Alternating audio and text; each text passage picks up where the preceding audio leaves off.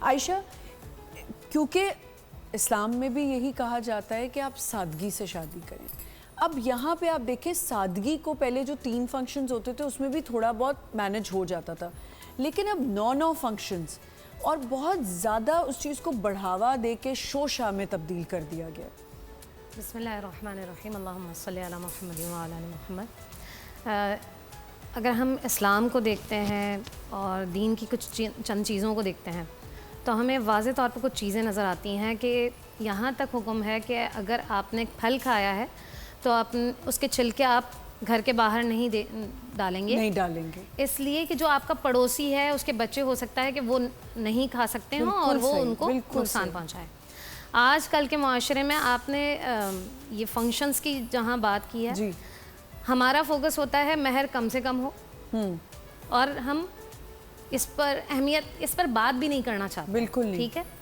اچھا, فنکشنز پر ہماری, اور میں نے یہ دیکھا کہ ایک باپ جس نے بیسیاں بھری, اور میں اس کی اسٹرگل اگر میں دیکھوں تو وہ صبح نکلتا ہے گھر سے, پورے دن وہ محنت کرتا ہے, اور اس کا بھائی بھی اسی طرح سے محنت کرتا ہے اس بچی کا جو فنکشنز کروانا ہے. ٹھیک ہے.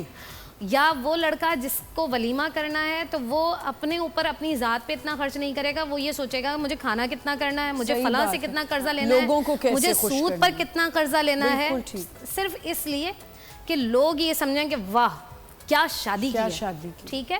اور بصورت دیگر وہ گھر میں نہ اپنی امی کو پراپر تنخواہ دے پاتا ہے, نہ اپنی بیوی کی خواہشات کو پورا کر پاتا ہے.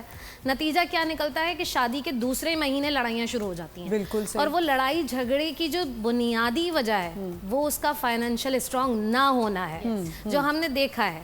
اگر عورت کو پیسہ ملتا رہتا ہے, اس کی خواہشات پوری ہوتی رہتی ہیں, تو وہ مزے سے زندگی گزارتی ہے. ادروائز وہ کیا کرتی ہے کہ وہ جھگڑے پر وہ کہتی ہے کہ فلاں نے تو اتنا کیا تھا, تم نے کیا کیا. تو جو ہم فنکشنز کی بات کرتے ہیں, آپ دیکھیں میں اتنی پیاری کوئی حدیث پڑھ رہی تھی, اتنی اچھی لگی مجھے وہ حدیث, جس میں حضرت اماں عائشہ کیا کہتی ہیں پتہ ہے, کہتی ہیں دیکھو یہ جو ان کی, کیونکہ کام کرنے ان کی ہاؤس ہیلپ ان کے ساتھ تھی, تو کہا دیکھو یہ جو لباس پہنی ہے نا, یہ اس لباس پر بھی نخرے کرتی ہے, اور حالانکہ مجھ سے اسی طرح کا لباس عورتیں مدینے کی جب شادی ہوا کرتی تھیں تو ادھار لیا کرتی تھیں.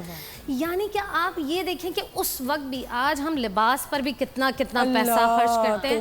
یہاں ایک آئیڈیا ہمیں ملا ہے حضرت عائشہ صدیقہ سے کہ اگر آپ نے شادی بیاہ میں, تو آپ رینٹ کے کپڑے لے سکتے ہیں, ادھار لے سکتی ہیں, بہن سے لے سکتی ہیں. ایون اماں عائشہ تو اتنی زیادہ شوقین تھی چیزوں کی, جب کسی اس میں نبی صلی اللہ علیہ وسلم کے ساتھ جنگ میں جایا کرتی تھی یا کہیں پر بھی جایا کرتی تھی, حضرت اسماء سے اکثر آپ اپنا ہار لے کر جاتی تھی کہ اسماء میں پہنوں گی اس ہار کو, بورو کر لیا اور پہن لیا. تو یہ ہم خواتین کو بھی بڑا اس بارے میں کام کرنا چاہیے.